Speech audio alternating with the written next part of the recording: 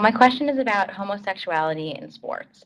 I'm wondering if you think that organizations and players and athletes could be or need to be more inclusive of gay athletes and more welcoming towards the gay community in general. Go ahead, Kurt. That's a ridiculous question. I mean, none of us have probably have ever seen it in all our careers. And there's no inclusiveness to be had. So it's really a strange question to come out of. What do you mean when you say that, Phil? Are you saying there are no gay athletes in the NBA? Or do you mean that it's not an issue? Never run into it in all my career. I don't know if Shaq or Kurt have ever run into it, but I've never run into it in my career. Really? Nope. How about you, Kurt?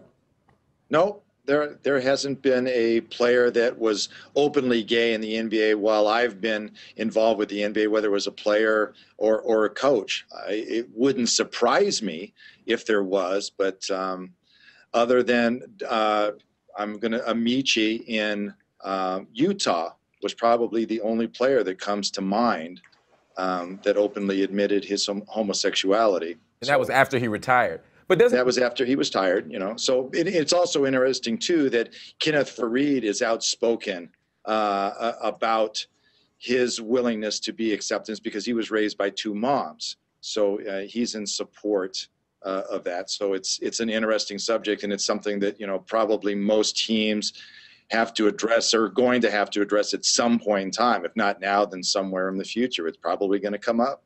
That's interesting because John Amici's always said that, you know, there were other gay players in the league who just didn't come out, you know, and it would be sort of hard to imagine that in the last 20 years, you know, 27 teams, 15 players on a roster, we're talking about thousands of players over a few decades and nobody's gay. I mean, that would probably be as unimaginable as everybody being gay. You know what I mean? It strikes me as odd, but if you all say you haven't seen it, then you haven't seen it.